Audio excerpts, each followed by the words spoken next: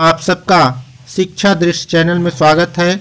आज हमारा जो विषय है वह है राष्ट्रीय शिक्षा नीति से संबंधित प्रश्न।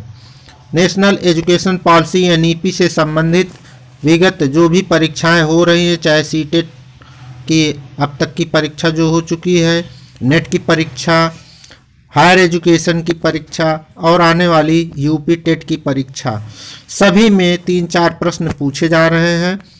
और जो ये प्रश्नों की सीरीज है, 70 प्रश्नों की सीरीज, इसमें जो प्रश्न रखे गए हैं वो ऐसे ही प्रश्न रखे गए हैं जो बार बार परीक्षाओं में पूछे जा रहे हैं।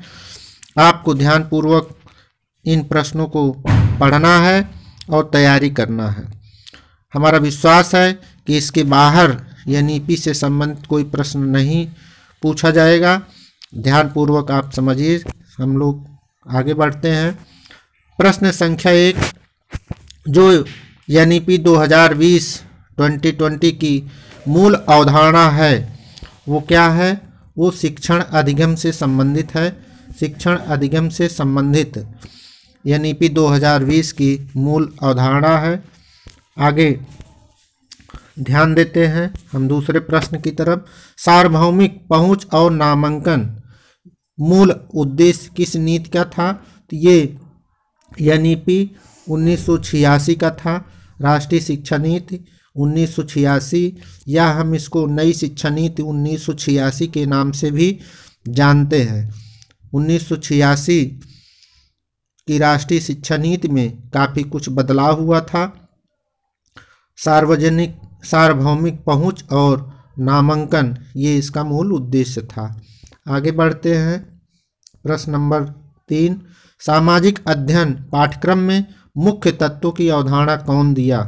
सामाजिक अध्ययन पाठ्यक्रम, ये जो मुख्य बिंदु है इसकी अवधारणा एनईपी 1986 की ही थी। राष्ट्रीय शिक्षा नीति, नई शिक्षा नीति 1986, इसमें सामाजिक अध्ययन को पाठ्यक्रम में विशेष जगह दिया गया।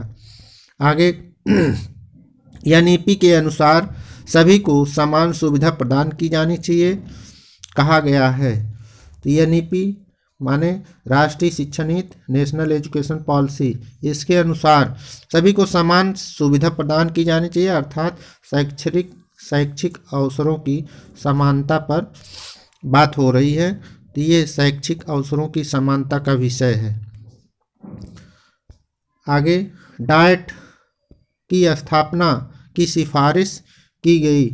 तो डाइट की स्थापना की सिफारिश राष्ट्रीय शिक्षा नीति 1986 में की गई थी। ये राष्ट्रीय शिक्षा नीति, नई शिक्षा नीति जो कही गई थी 1986 में, इसमें डाइट राष्ट्रीय जिला शिक्षा एवं प्रशिक्षण संस्थान, इसका फुल फॉर्म है डाइट का। कभी कभी परीक्षा में ये भी पूछा जाता है डाइट का फुल फॉर्म। तो जिला शिक्षा एवं प्रशिक्षण संस्थान, डिस्ट्रिक्ट इंस्टीट्यूशन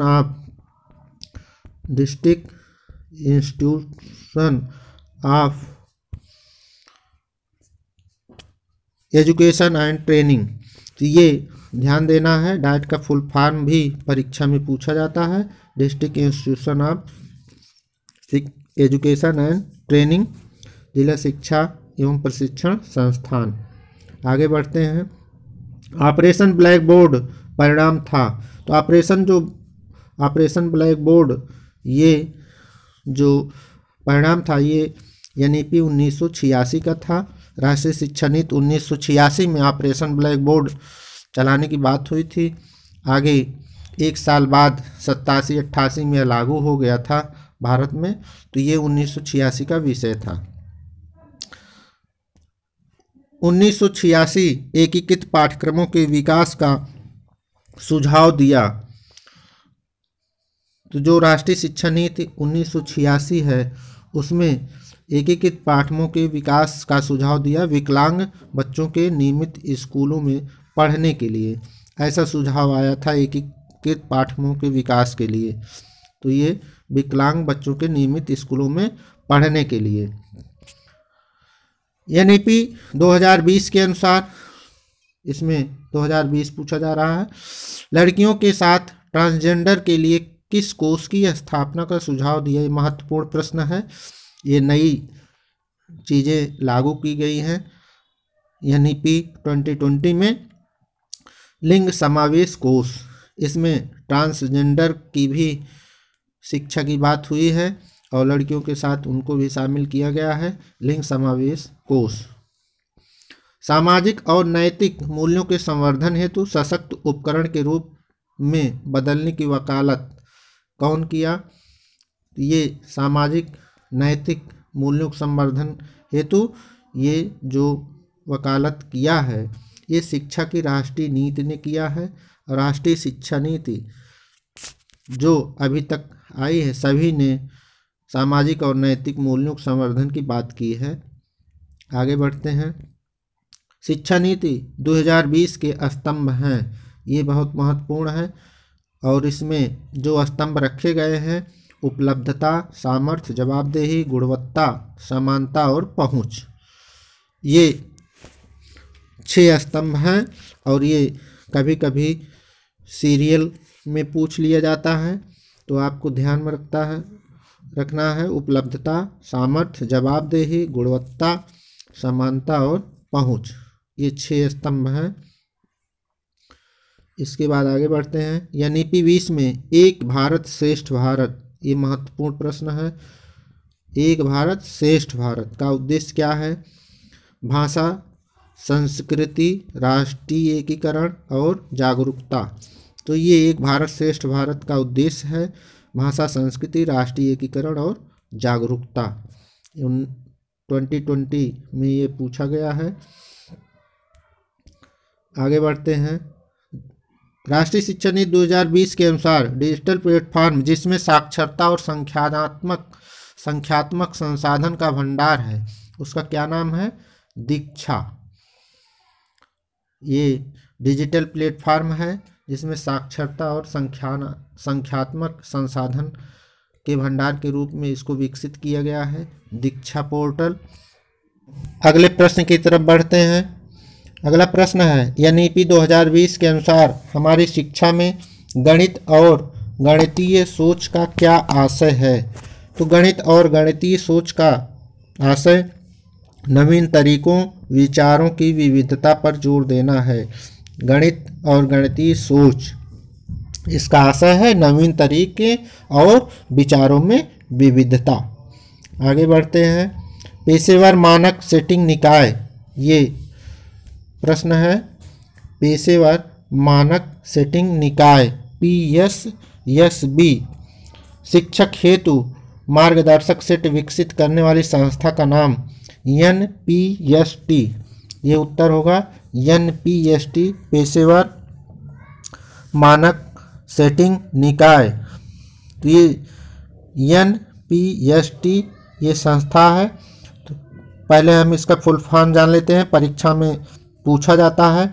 PSSB पेशेवर मानक सेटिंग निकाय, इसका मतलब हुआ professional standard setting body. PSSB professional standard setting body और NPST ये निकाय का नाम है। इसका जो फुल फॉर्म है national professional standard for teachers, national professional standards for teacher, ध्यान में रखना है। PSSB professional standard setting body, NPST national professional standard for teachers. आगे बढ़ते हैं।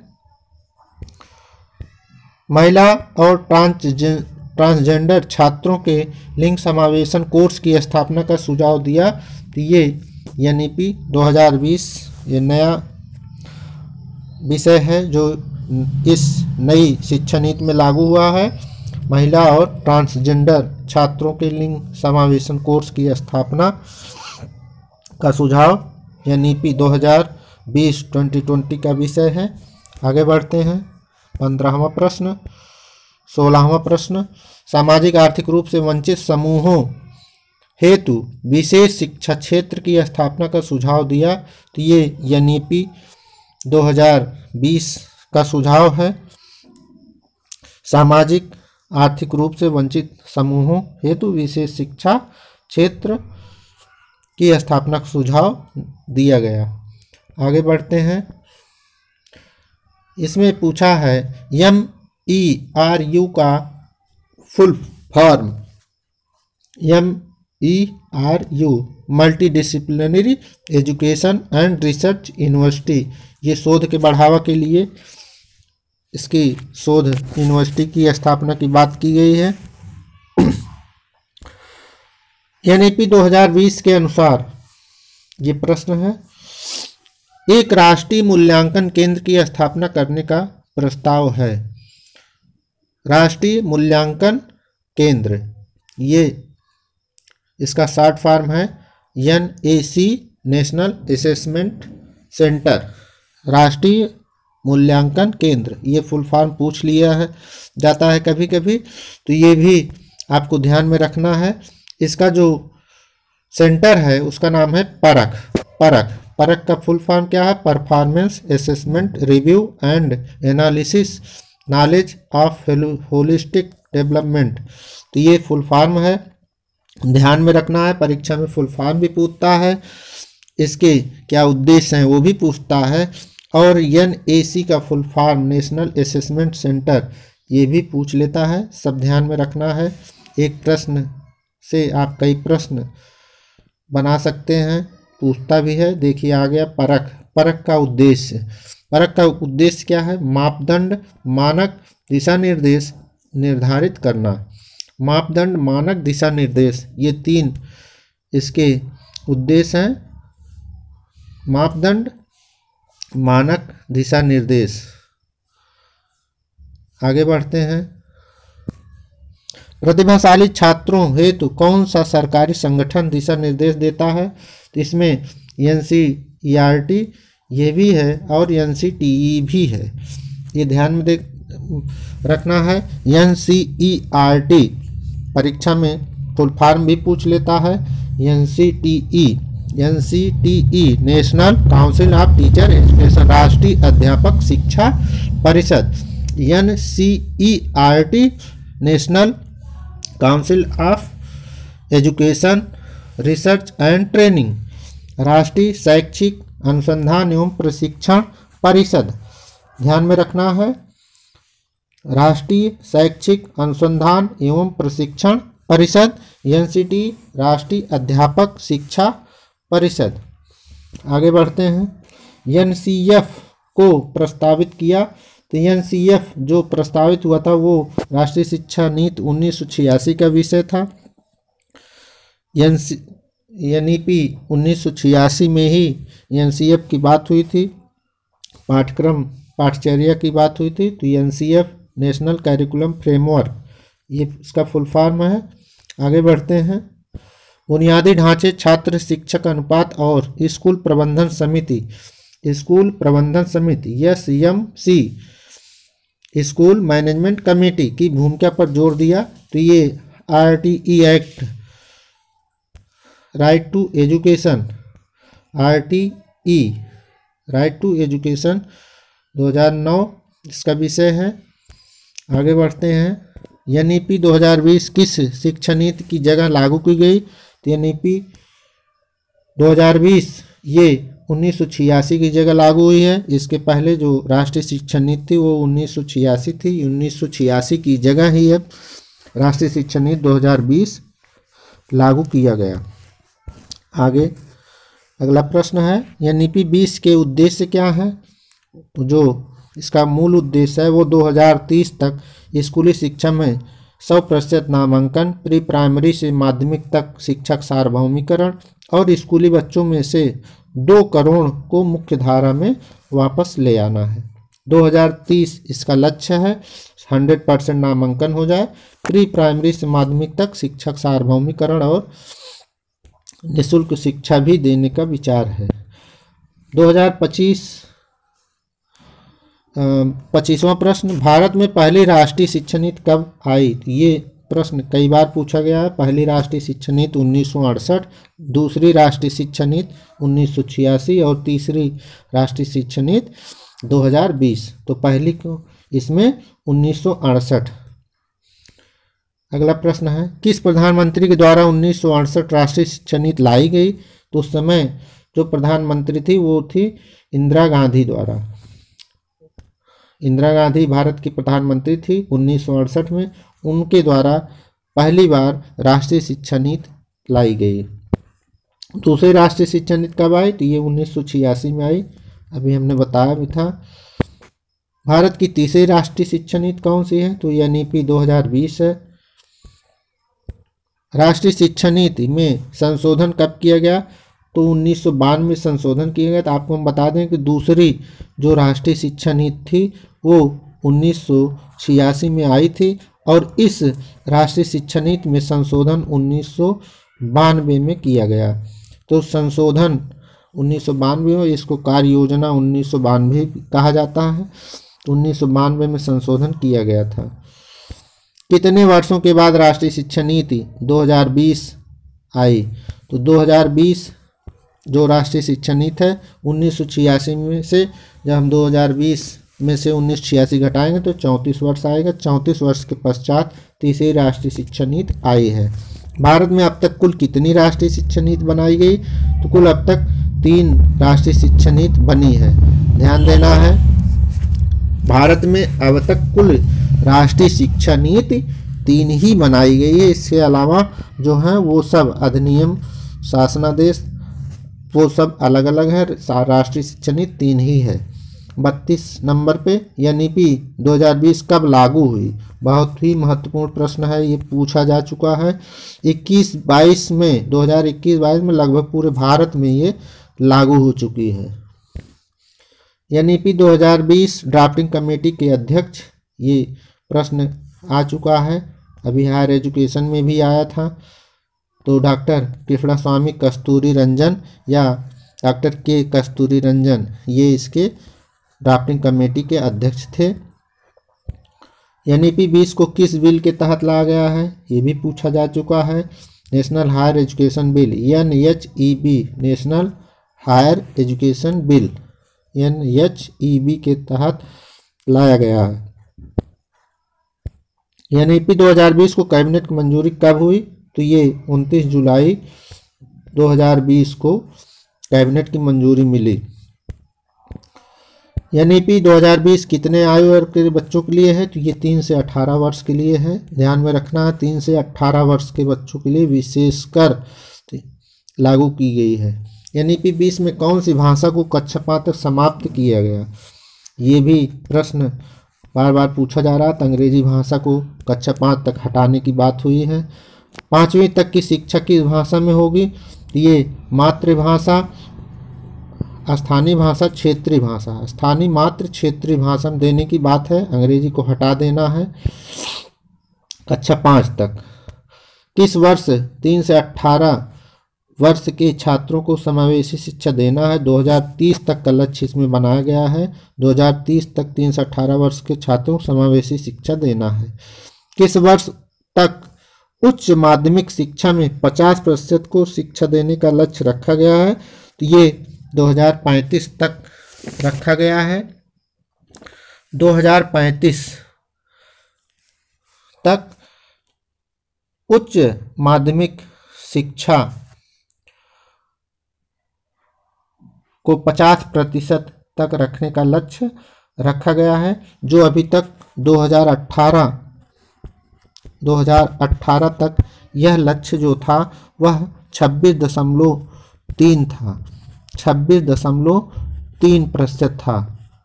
26.3 से बढ़ाकर इसको 2035 तक 50% करने की बात की गई है। ध्यान में रखना है। आगे बढ़ते हैं। मानव संसाधन विकास मंत्रालय का नाम क्या हुआ? तो ये नाम बदलकर अब शिक्षा मंत्रालय रख दिया गया है। मानव संसाधन विकास मंत्रालय नाम हटा दिया गया है।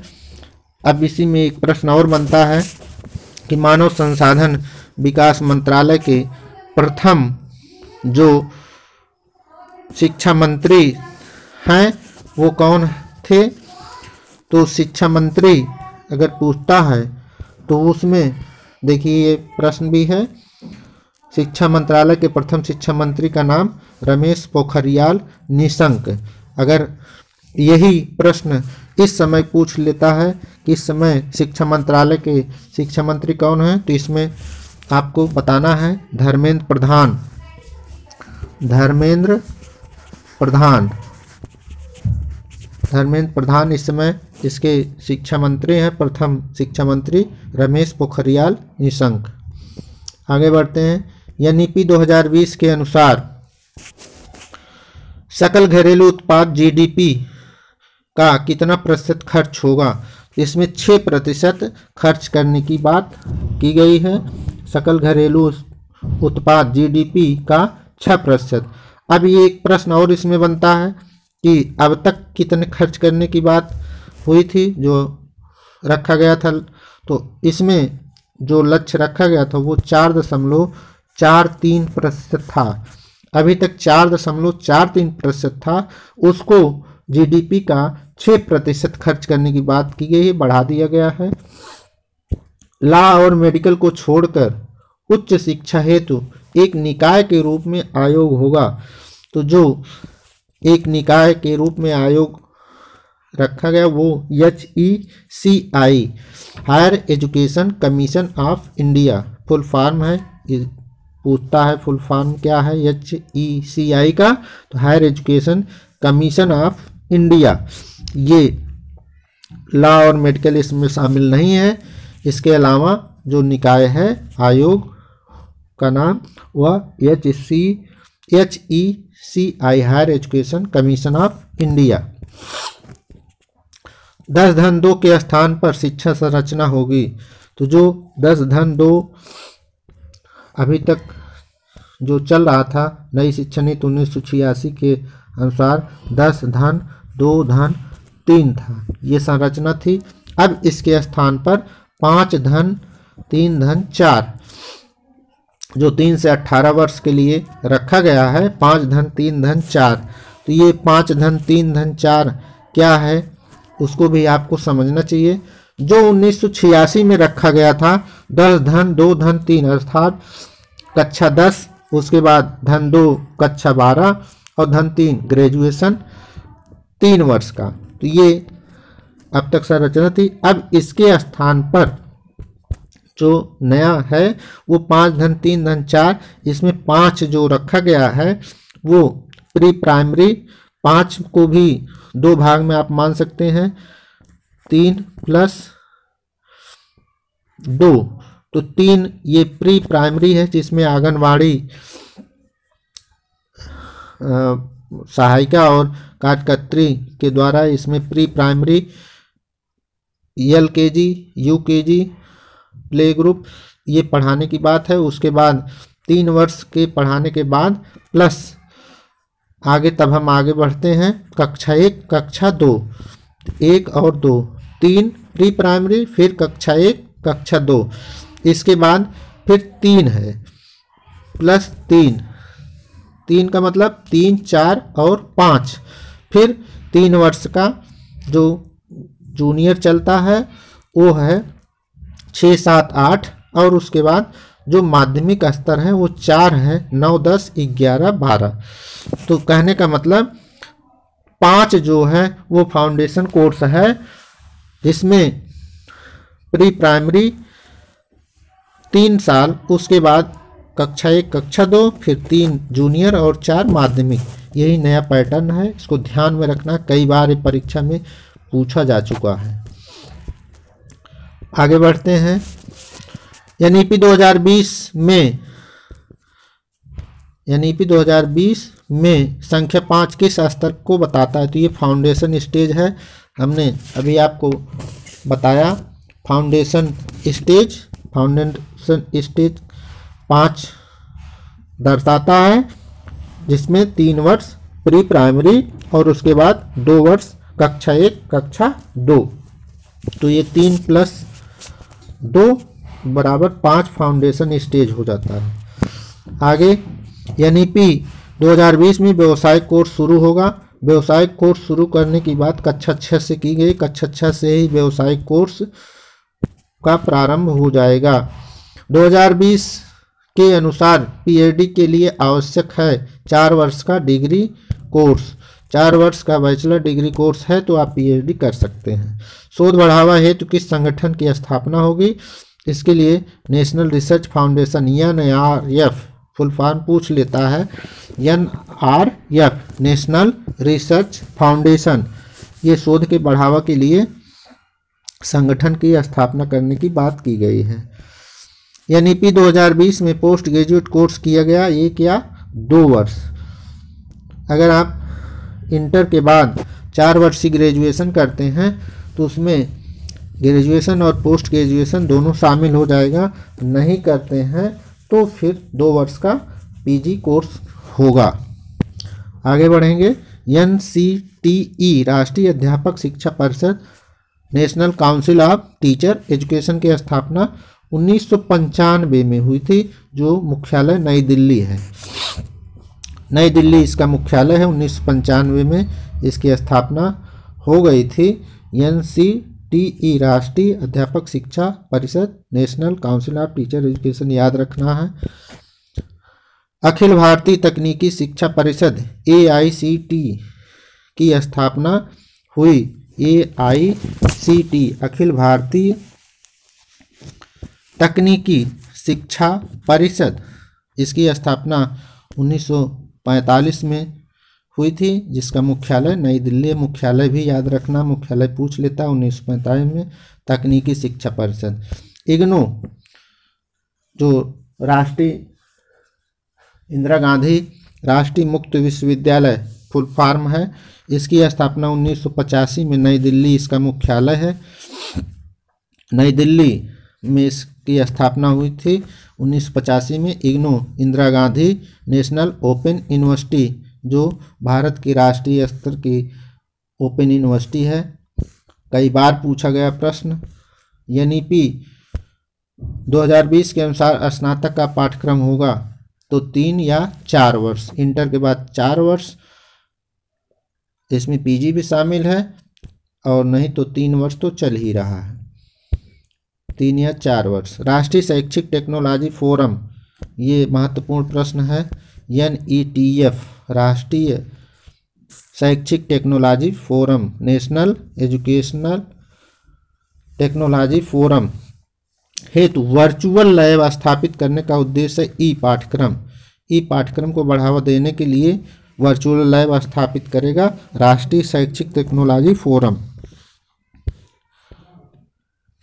6 से 14 वर्ष के छात्रों हेतु निःशुल्क और अनिवार्य शिक्षा अधिनियम 2009 कब लागू हुआ? तो ये अप्रैल 2010 में लागू हुआ। तो 1 अप्रैल 2010 से 9 में अधिनियम बना था, और 1 अप्रैल 2010 से ये पूरे भारत में लागू हो गया था। 6 से 14 वर्ष के छात्रों के लिए निःशुल्क और अनिवार्य शिक्षा।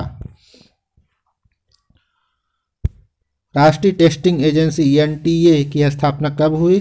तो ये नवंबर 17 में हुई। राष्ट्रीय टेस्टिंग एजेंसी NTA जो ऑनलाइन परीक्षा संपादित करा रहा है पूरे भारत में, उसकी स्थापना नवंबर 17 में हुई थी।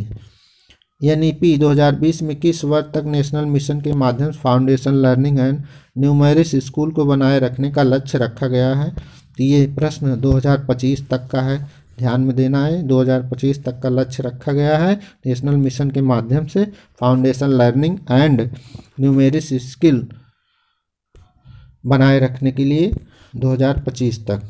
NEP 2020 को लागू करने वाला पहला राज्य, ये कई बार प्रश्न पूछा जा चुका है, कर्नाटक, जो 20 अगस्त 2020 तक अपने यहाँ राष्ट्रीय शिक्षा नीति 2020 को लागू कर दिया था। कर्नाटक पहला राज्य था, कई बार पूछा जा चुका है। विश्वविद्यालय शिक्षा आयोग कब बना? तो ये 1948 में बना था। इसके जो अध्यक्ष थे वो राधा कृष्णन थे। 1948-49 में राधा कृष्णन आयोग के नाम से भी हम जानते हैं, विश्वविद्यालय शिक्षा आयोग भी कहा जाता है। स्वतंत्रता के पश्चात ये प्रथम आयोग गठित हुआ था शिक्षा क्षेत्र में। ये भी प्रश्न आपको पूछा जाता है तो बताना है, राधा कृष्णन आयोग या विश्वविद्यालय शिक्षा आयोग। NEP 2020 में उच्च शिक्षा में किस कोर्स को समाप्त करने की बात की गई है? उच्च शिक्षा में एमफिल कोर्स को समाप्त करने की बात की गई। एमफिल को अब समाप्त कर दिया जाएगा एनईपी 2020 में। माध्यमिक शिक्षा आयोग गठित हुआ। माध्यमिक शिक्षा आयोग जो गठित हुआ था वह 1952-53 में गठित हुआ था। 1952-53 ये मुदालियर आयोग भी कहा जाता है और इसके अध्यक्ष मुदालियर थे। मुदालियर आयोग इसके अध्यक्ष और 1952-53 मुदालियर आयोग अध्यक्ष मुदालियर। शिक्षा आयोग 1964-66 64-66 के अध्यक्ष थे डीएस कोठारी।